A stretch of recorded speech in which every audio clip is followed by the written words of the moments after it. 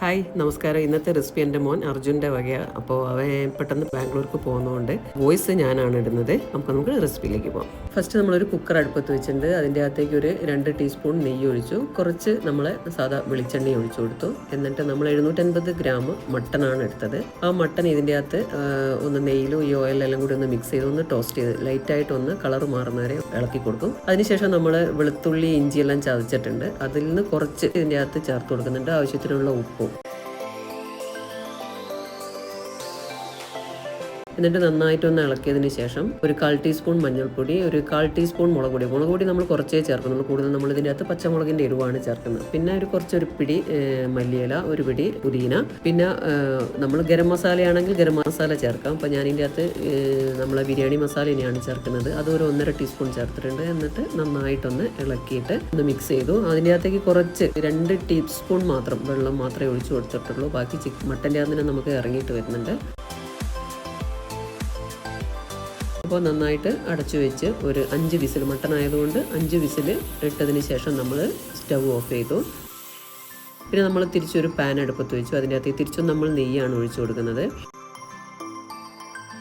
അപ്പോൾ നമ്മൾ ബിരിയാണീൻ്റെ അകത്തേക്ക് 3 സവാളയാണ് എടുക്കുന്നത്. ഈ 3 സവാളയിൽ പകുതിയാണ് നമ്മളിപ്പോൾ എടുത്ത്, പകുതി നമ്മൾ ഫ്രൈ ചെയ്ത് വെച്ചിട്ടുണ്ട്. അപ്പോൾ അതിൻ്റെ അകത്തേക്ക് തന്നെ നമ്മൾ ഒരു വലിയൊരു തക്കാളിയും കൂടി കട്ട് ചെയ്തിടുന്നുണ്ട്. ഒരു തക്കാളിയാണ്. പിന്നെ നമ്മൾ ഇതിൻ്റെ അകത്തേക്ക് നമ്മൾ വെളുത്തുള്ളി, ഇഞ്ചി, പച്ചമുളകെല്ലാം ചതച്ചിടുന്നുണ്ട്. അപ്പോൾ അതൊരു 6 പച്ചമുളകും ഒരു ചെറിയൊരു കഷ്ണം ഇഞ്ചിയും അത്യാവശ്യം ഒരു വലിയ കുടം വെളുത്തുള്ളിയാണ് എടുത്തത്. നമ്മൾ അതിൻ്റെ അകത്ത് ഒരു 1.5 ടീസ്പൂൺ പോലെ നമ്മൾ മട്ടൻ്റെ അകത്തിട്ടുണ്ട് വേവിക്കുന്ന സമയത്ത്. ബാക്കി നമ്മൾ ഇതിൻ്റെ അകത്തിട്ട് നന്നായിട്ട് ഇളക്കുക. ആവശ്യത്തിനുള്ള ഉപ്പും കൂടി ചേർത്ത് കൊടുക്കുക. അതിനുശേഷം നമ്മൾ ഒരു 1.5 ടീസ്പൂൺ നല്ല കട്ട തൈര്, പുളിയില്ലാത്ത തൈര് ഇതിൻ്റെ അകത്ത് ഒഴിച്ച് ഒന്ന് നന്നായിട്ട് മിക്സ് ചെയ്തതിന് ശേഷം ഒരു പിടി മല്ലിയിലയും ഒരു പിടി പുതിനയും നന്നായിട്ട് ഇട്ട് ഒന്ന് ഇളക്കി കൊടുക്കാം. അതിനുശേഷം നമ്മൾ ബിരിയാണി മസാല ഒരു 2 ടീസ്പൂൺ തന്നെ ചേർത്ത് കൊടുക്കുന്നുണ്ട്. നമ്മൾ വീട്ടിൽ തന്നെ ചെയ്ത ബിരിയാണി മസാലയാണ്. അപ്പോൾ അതും ചേർത്ത് കൊടുത്ത് നന്നായിട്ട് നമ്മളെ മസാലയൊക്കെ തക്കാളിയെല്ലാം നന്നായിട്ട് വെന്ത് ഉടഞ്ഞിട്ടുണ്ട്. അപ്പോൾ നല്ലൊരു പേസ്റ്റ് രൂപത്തിലായിട്ടുണ്ട്. ആ സമയത്ത് നമ്മൾ കുക്ക് ചെയ്ത് വെച്ച മട്ടൻ ഇതിൻ്റെ അകത്തേക്ക് ചേർത്ത് കൊടുക്കുക. അപ്പോൾ അത്യാവശ്യത്തിന് വെള്ളമൊക്കെ കുറച്ചേ ഉള്ളൂ, നമുക്ക് കൂടുതലായി വറ്റിക്കേണ്ട ആവശ്യമൊന്നുമില്ല. അപ്പോൾ അതിൻ്റെ അകത്തേക്കാണ് നമ്മളിപ്പോൾ മൂപ്പിച്ച് വെച്ച് ആദ്യം വറുത്ത് വെച്ച സവാള ഇതിൻ്റെ അകത്ത് ചേർത്ത് കൊടുക്കുന്നുണ്ട്. അപ്പോൾ പകുതിത്തോളം ഉണ്ട്. നന്നായിട്ടൊന്ന് മിക്സ് ചെയ്യുക. മിക്സ് ചെയ്തതിന് ശേഷം കുറച്ചൊരു 1.5 ടീസ്പൂൺ കുരുമുളക് പൊടി, മട്ടൻ ബിരിയാണി ആയതുകൊണ്ട് അതിനകത്ത് കുരുമുളക് ചേർക്കുമ്പോൾ നല്ലൊരു ടേസ്റ്റ് ആയിരിക്കും. 2 ടേബിൾ സ്പൂൺ നല്ല കട്ടിയുള്ള തേങ്ങാപ്പാലും കൂടി ഒഴിച്ച് ഒന്ന് നന്നായിട്ട് മിക്സ് ചെയ്തിട്ട് ഇപ്പോൾ ഒരു കണ്ടില്ലേ, കുറച്ചൊരു ലൂസായിട്ടുള്ള ഗ്രേവി, ഒരു മസാലയാണ്. ഈ സമയത്ത് നമുക്ക് സ്റ്റവ് ഓഫ് ചെയ്തിട്ട് മൂടി വെച്ച് മാറ്റി വയ്ക്കാം. അടുത്ത് നമുക്ക് ബിരിയാണിക്കുള്ള റൈസ് കുക്ക് ചെയ്യാം. അപ്പോൾ ഒരു പാൻ അടുപ്പത്ത് വെച്ച് ആവശ്യത്തിനുള്ള നെയ്യ് ഒഴിച്ചു കൊടുത്തു. അതിൻ്റെ അകത്തേക്ക് ഏലക്കായ്, ഗ്രാമ്പൂ, പട്ട, കുറച്ച് പെരിഞ്ചീരകം, സ്റ്റാർ അനീസ്, പിന്നെ സവാളേൻ്റെ കുറച്ച് അതിൻ്റെ അകത്തിട്ടിട്ട് ഒന്ന് വാട്ടിയെടുക്കാം.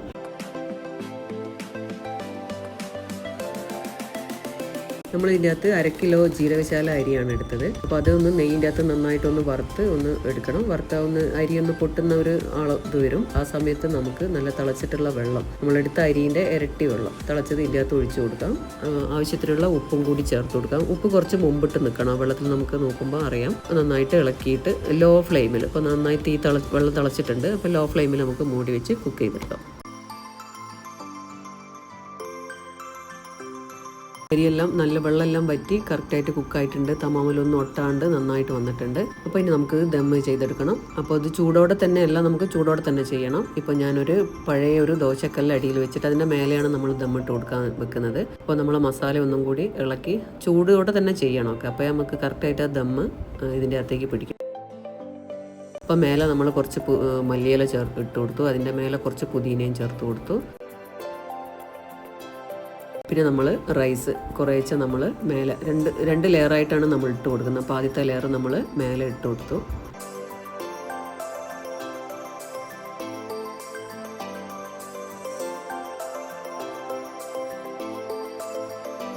പിന്നെ നമ്മൾ വറുത്ത് വെച്ച ഓണിയൻ കുറച്ച് മേലെ ഇട്ട് കൊടുക്കണം. അതിനുശേഷം നമ്മൾ കുറച്ച് പാലിൻ്റെ അകത്ത് സാഫ്രോൺ കുറച്ച് ഇളക്കി വെച്ചിട്ട് അതും കുറച്ച് മേലെ ഒന്ന് ഇതായി കൊടുക്കുക. പിന്നെ നമ്മൾ ബിരിയാണി മസാല അതും മേലെ ഒന്ന് സ്പ്രെഡ് ചെയ്ത് കൊടുക്കുക. കുറച്ച് നെയ്യും, പിന്നെ കുറച്ച് മല്ലിയില, കുറച്ച് പുതിന, പിന്നെ നമ്മൾ നേരത്തെ വറുത്ത് വെച്ചിരുന്ന അണ്ടിപ്പരിപ്പ്, മുന്തിരി കുറച്ച് മേലെ ഇട്ട് കൊടുക്കാം. തിരിച്ചും അടുത്ത ലെയർ ഇതേ പ്രോസസ്സ് തന്നെ നമുക്ക് ചെയ്യണം. റൈസ് ഇട്ട് പിന്നെ തിരിച്ച് നമ്മൾ ആദ്യം ചെയ്ത മാതിരി തന്നെ ചെയ്ത് കൊടുക്കണം.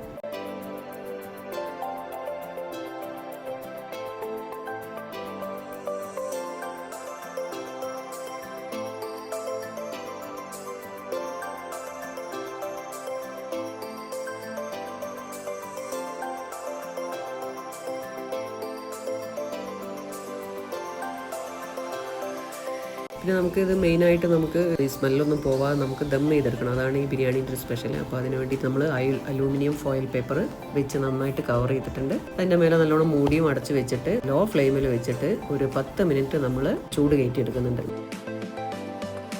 പിന്നെ നമ്മളൊരു അരമണിക്കൂർ കഴിഞ്ഞതിന് ശേഷമാണ് ഇത് ഓപ്പൺ ആക്കുന്നത്. അപ്പോൾ നല്ലൊരു സ്മെല്ലാണ്, വീട് നിറച്ചും ബിരിയാണീൻ്റെ ഒരു സ്മെല്ല്. ഞാൻ ഇത്രയ്ക്കൊന്നും പ്രതീക്ഷിച്ചില്ല അതിൻ്റെ ഒരു റെസിപ്പി ആയതുകൊണ്ട് തന്നെ. അപ്പോൾ അടിപൊളി ബിരിയാണിയെന്ന് എല്ലാവരും ട്രൈ ചെയ്യുക. നമുക്ക് ഉണ്ടാക്കാനും എളുപ്പമാണ്.